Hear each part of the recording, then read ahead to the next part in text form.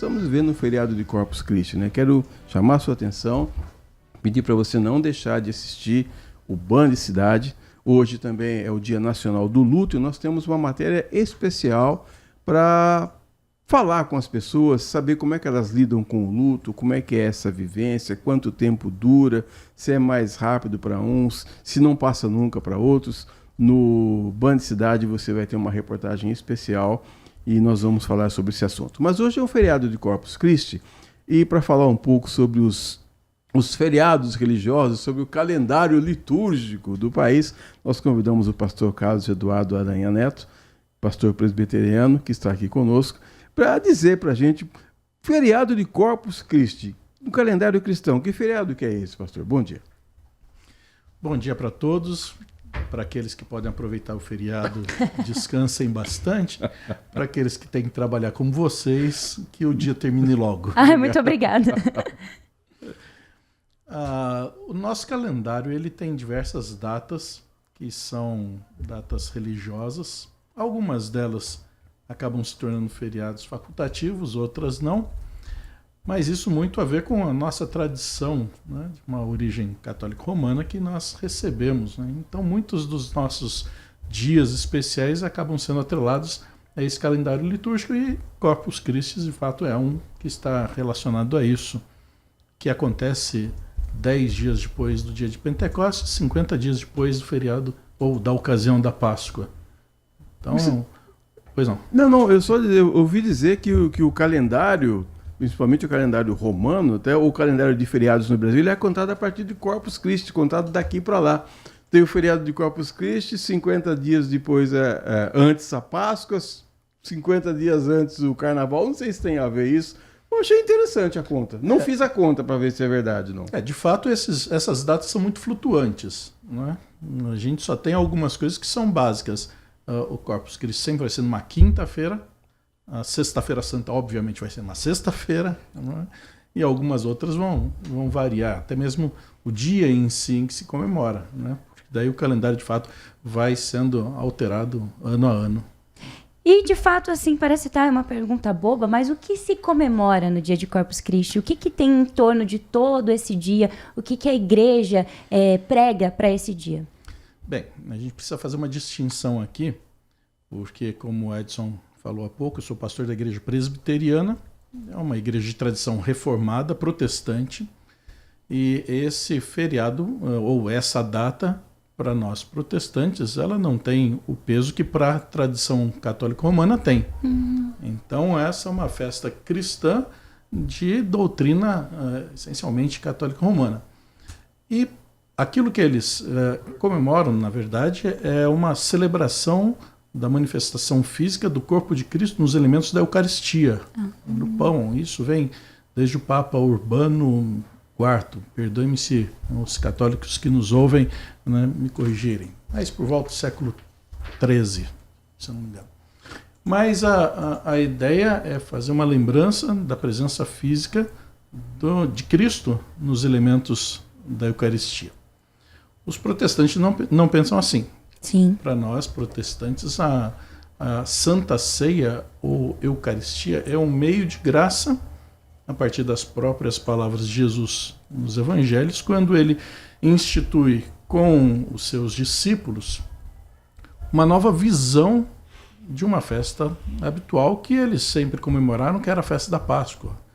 Acontece ali desde quando o povo de Israel sai do Egito, da escravidão do Egito, então sempre eles haveriam de fazer a comemoração desta saída, e é esse o sentido da Páscoa, não é? Libertação da escravidão, e naquela festa habitual, tradicional, anual, Jesus ali com os seus discípulos, ele reveste de um outro aspecto, não apenas a recordação da saída antiga, mas agora a libertação dos pecados, não é? E por causa do sangue de Cristo, todos aqueles que são lavados pelo sangue de Cristo são libertos dos seus pecados, não mais escravos do pecado. Então, essa é a outra maneira como Jesus fala aos seus discípulos, uma festa que era tradicional e comum. E nessa situação, Jesus fala, olha, comam em memória de mim, bebam em memória de mim. Sim. Mas não é apenas um ato rememorativo, como quando você pega uma fotografia de família e fica lembrando do dia em que você tirou aquela foto, das pessoas que ainda estão lá, as pessoas que já se foram, né? Traz a recordação do momento, da alegria daquele encontro.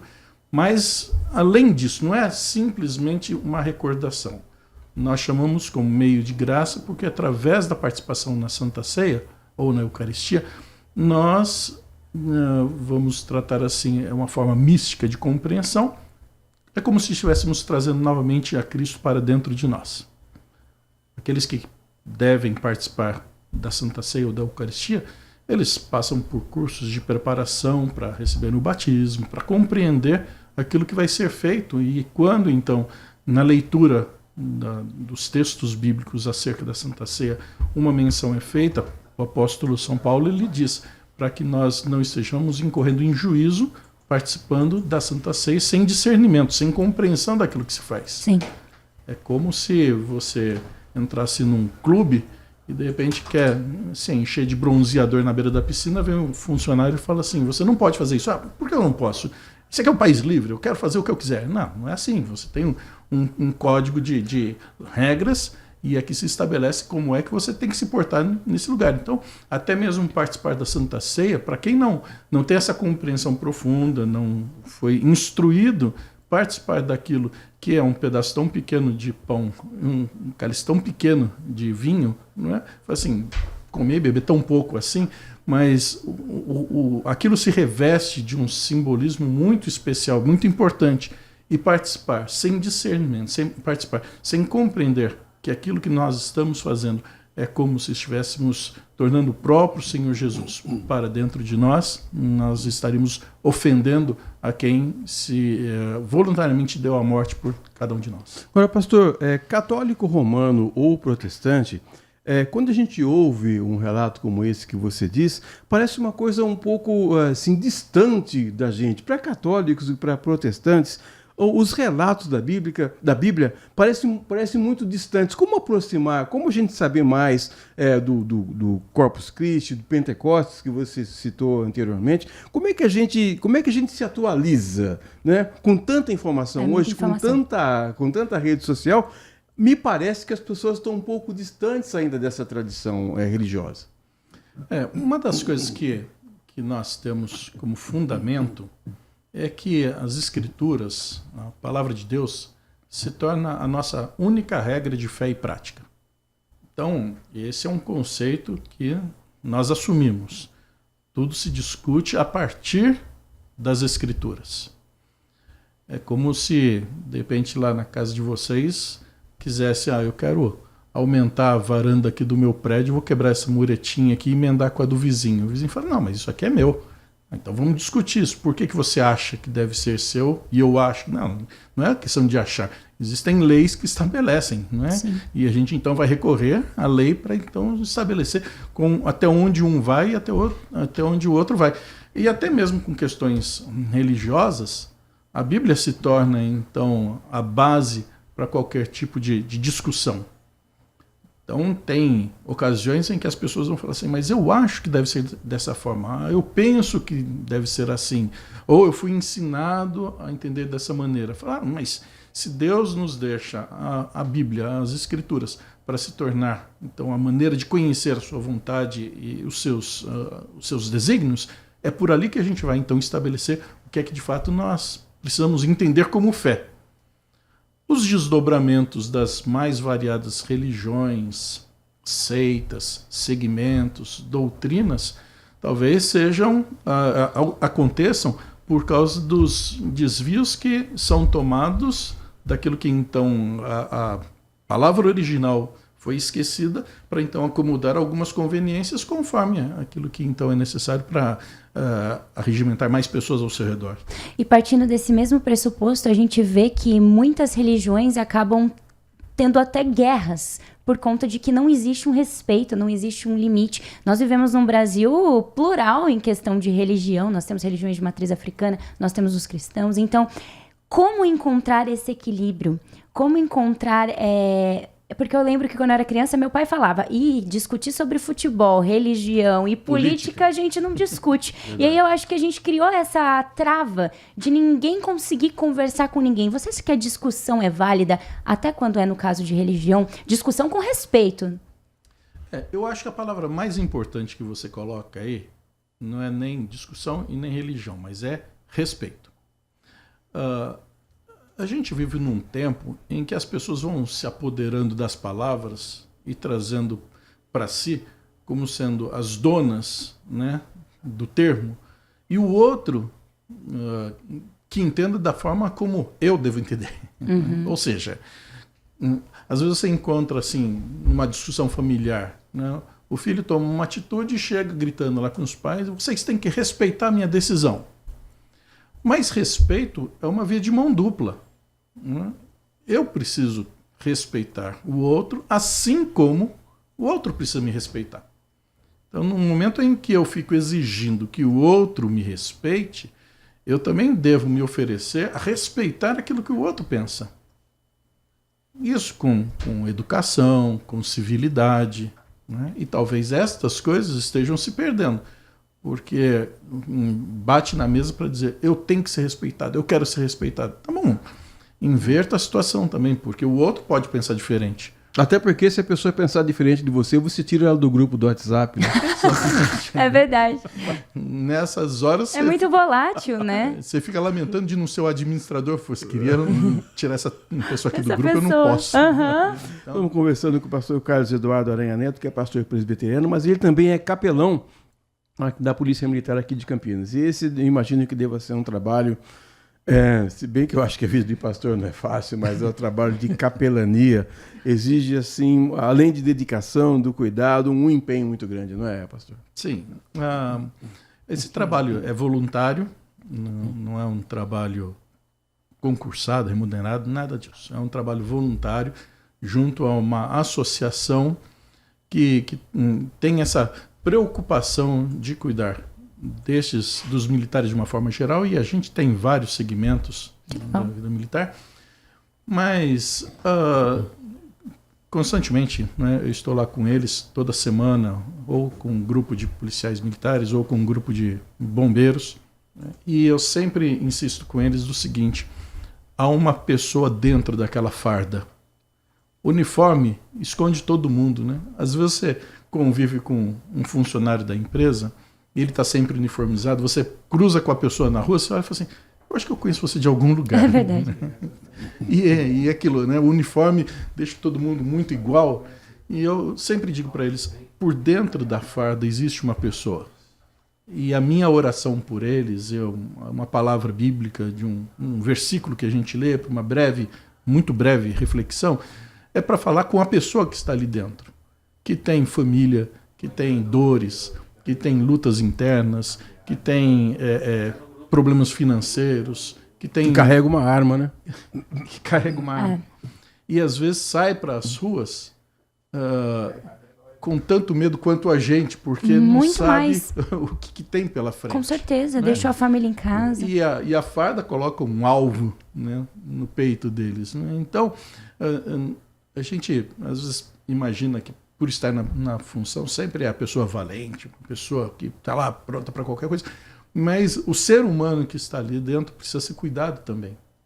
E, infelizmente, a gente fica sabendo de situações, né, problemas de saúde, problemas sérios, né, que a pessoa acaba tendo em decorrência do estresse da atividade. E assim como a gente tem uma preocupação, vocês estão aqui na rádio, de repente alguém não vem porque está doente, alguém liga lá, e aí, como é que você está? Melhorou? Não está?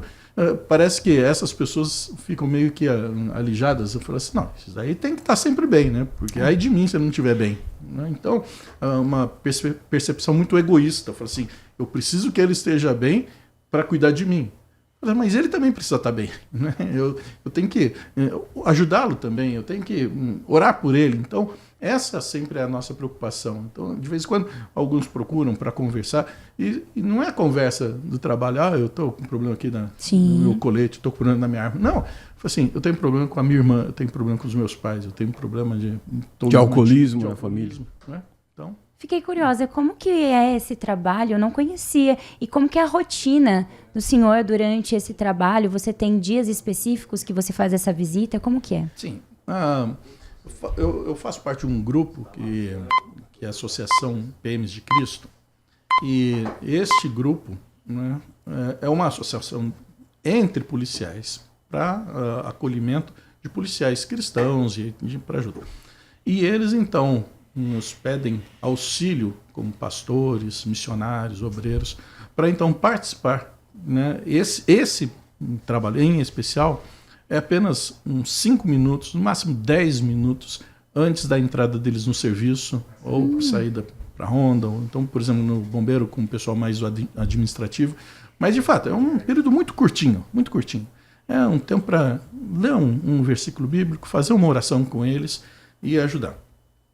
Como a gente sempre coloca ali à disposição, não é? Deixa lá telefone, contato, não é? Se alguém precisa, vem e pede. Então, semanalmente eu tenho estado com eles lá. Isso pelo menos há 10 anos eu já faço. Né? O trabalho da associação já é de muito mais tempo, né? Mas aqui em Campinas, por volta de uns 10 anos que a gente tem desenvolvido, são vários pastores, vários irmãos que estão nessa mesma pegada. E até mesmo durante a pandemia, né? Na pandemia, eles trabalhavam.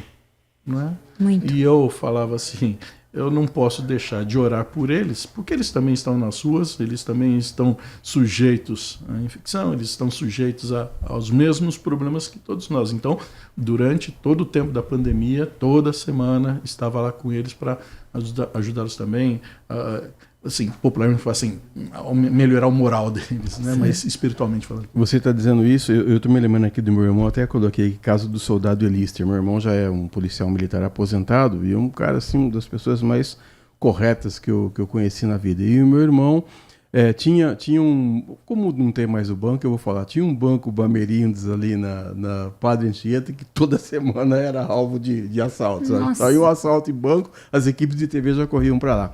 E meu irmão foi atender uma ocorrência lá e ele desceu da viatura com uma calibre 12. Quando abriu a porta do banco, o cara atirou nele.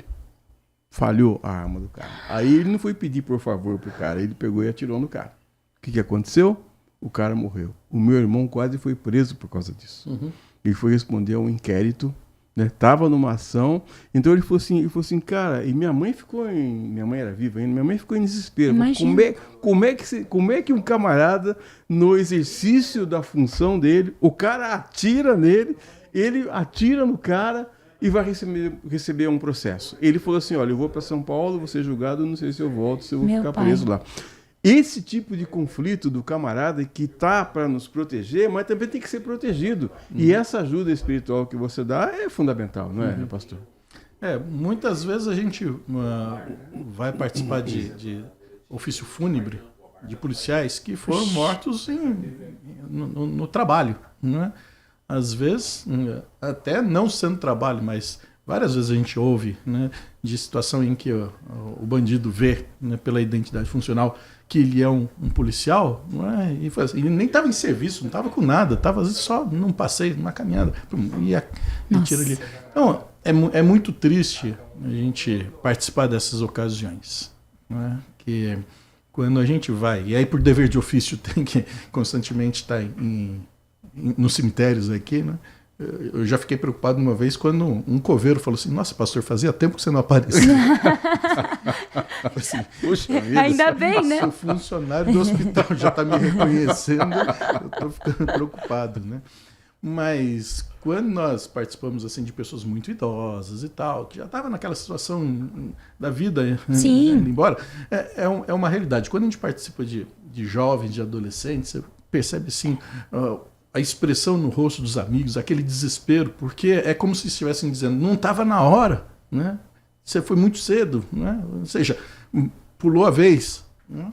Quando a gente vê, né, situação de militares, existe tanto a situação da tristeza que a família sente pela perda, mas a indignação também, a revolta, porque, afinal de contas, quem deveria cuidar da segurança está sendo alvo da insegurança que nós vivemos. É verdade. Então, é a pessoa dentro da farda, é a pessoa que está ali e tem um coração, é a pessoa que...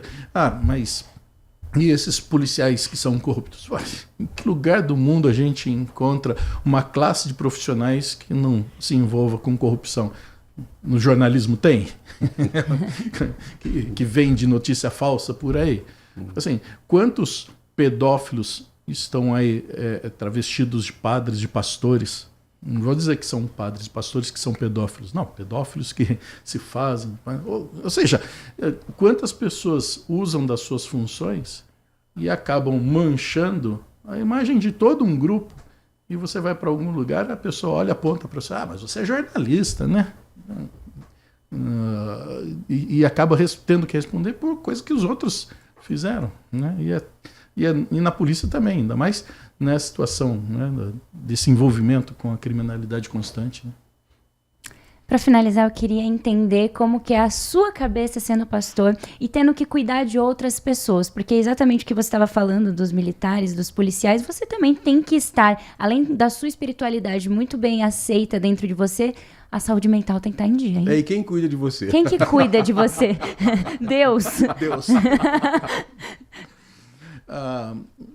Isso constantemente é um assunto que volta para as nossas conversas comuns. Imagino. Né? Dentro do sistema da nossa denominação, nós temos um presbitério e neste presbitério nós sempre designamos alguém que é o responsável pelo apoio pastoral. Então nós temos, a nível de presbitério, sobre o presbitério há um sínodo e há uma denominação, a Igreja Presbiteriana do Brasil. Então nós temos dentro do presbitério alguém que é o responsável por este apoio pastoral que atende nessas horas de necessidade maior, tudo mais. O sínodo é uma região que abrange vários presbitérios e há também um secretário de apoio pastoral. Dentro da denominação, que pega no país inteiro, há também alguém que está carregado disso. Então sempre tem alguém para ficar de olho, atento, não é? E recebe as informações quando alguém está numa situação de dificuldade. Quando não consegue sozinho, aí compartilha essa situação com outras pessoas também. Mas a formação pastoral, a nossa formação pastoral leva cerca de 7 anos para acontecer. Uau. Não é uma coisa que Muito a tempo. pessoa chega na igreja e fala assim, quero ser pastor. Na igreja presbiteriana. Tem um né? seminário aqui em Campinas? Tem um seminário. Nós temos, no país, são 10 seminários nossos. O primeiro deles está aqui em Campinas, ali na Avenida do Brasil, ao lado da Faculdade de Mackenzie. Né? E quando a gente tem essa formação pastoral, né, tem algumas noções de psicologia, de sociologia. Né? Porque é muito peso em cima de vocês. Tanto do ponto de vista comum, quanto do ponto de vista da psicologia da religião, a sociologia da religião. Então, a formação é para, de fato, poder servir e atender as pessoas. Mas isso não nos credencia como psiquiatras, psicólogos, psicoterapeutas. Quem quer avançar um pouquinho mais nessa área tem que estudar um pouco mais também. Mas, ao mesmo tempo, nós temos companheiros, pastores, oficiais da medicina, né? Médicos que podem também atender e, quando há uma necessidade maior, eles vêm em ajuda. 11h23, última pergunta para o pastor Carlos Eduardo Aranha Neto, pastor presbiteriano, também capelão militar, da Polícia Militar. Uma última pergunta para você, saber se está todo mundo colocando a culpa na pandemia de Covid-19. Eu quero saber se a pandemia de Covid-19 afastou as pessoas da igreja, mas se as pessoas voltaram depois da pandemia. Olha, no nosso caso, não. Não ficar tão aberto, não o quê? Né? Assim, a pandemia não afastou o grupo que nós temos em nossa comunidade. Né? Durante o período da pandemia, nós mantivemos os cultos, né, os estudos que fazemos regularmente, no meio de semana, no final de semana. E na época da pandemia, esse negócio de rede social, ainda de Meet, de tudo mais, era muito novidade, né? As pessoas não sabiam usar isso aí direito. Então nós tivemos que aprender da mesma forma que todo mundo teve que aprender. Na raça, né? Na raça. Sim. Né? E a manutenção daquele trabalho por ali, né, fez com que, no primeiro instante em que houve a possibilidade da abertura, as pessoas voltassem aos poucos. algumas comunidades, algumas igrejas que resolveram permanecer fechadas, acabaram, muitas delas, perdendo as pessoas que estavam ali, porque eles queriam estar no envolvimento comunitário. E já que a minha igreja não abre, eu vou para aquela que abre. Então, nós abrimos logo em seguida, foi autorizado, oficialmente autorizado, então nós abrimos e aí as pessoas acabaram voltando. Nós mantivemos o culto sendo transmitido pela internet. Mas isso não tem servido de desculpa para a pessoa falar assim, eu não vou ficar em casa mesmo. Porque nós todos somos seres sociais, a gente não gosta de viver de uma forma isolada. Tem hora que você se irrita, fala assim, não quero falar com ninguém. Você vai para um canto, mas leva o celular para dar uma olhadinha se o WhatsApp não está chamando para alguma coisa. Mas isso é muito temporário. Deus nos criou como seres sociais e a gente gosta de estar em convívio. Quantas pessoas, como eu, vão para o shopping só para ficar vendo gente, né? Não entra em loja nenhuma. E quando você está lá, você vê nas lojas quase ninguém lá Preciso dentro. Ver gente, a gente fala, né? Preciso sair e ver gente. Então, a igreja proporciona isso, né? Então, nós não perdemos, as pessoas vieram, voltaram, nós temos tido uma boa participação e muitas outras igrejas também, por causa desse processo de acolhimento de todo mundo que sabe que quem é que imaginava que uma pandemia iria trancar todo mundo dentro de casa e ficar um tempo sem ir para o trabalho, ir para reuniões sociais. Fala assim, já que a gente teve a experiência disso, não vamos desperdiçar a oportunidade da liberdade, a oportunidade do encontro, a oportunidade da convivência. Pastor Carlos Eduardo Aranha Neto, muito obrigado pela visita e volte sempre. Eu agradeço e desejo que Deus abençoe vocês com Amém. Descanso no feriado, mas que a vida seja sempre de alegria e paz, e a todos aqueles que nos ouvem também.